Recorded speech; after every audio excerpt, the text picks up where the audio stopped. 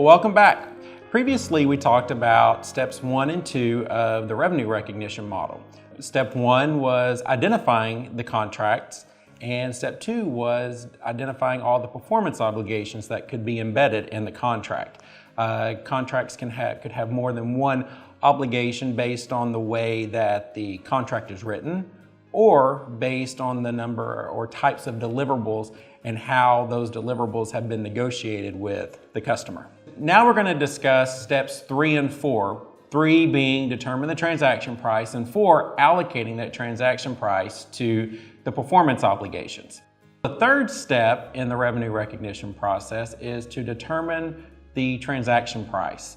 The transaction price itself could differ from our original contract value due to things such as variable considerations. We move from a contract price to this transaction price because the standard wants us to recognize as revenue what we're actually going to receive in consideration, either over the course of the contract or at the end of the contract. Our transaction price is not necessarily our selling price or our contract value.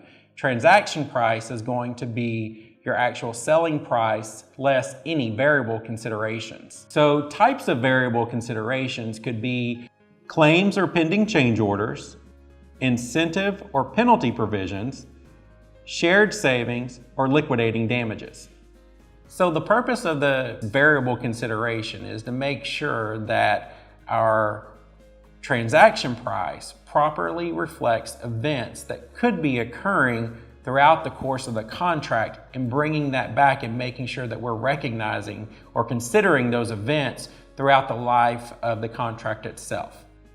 Once we've determined the transaction price, we move into step 4 of applying the transaction price to the performance obligation.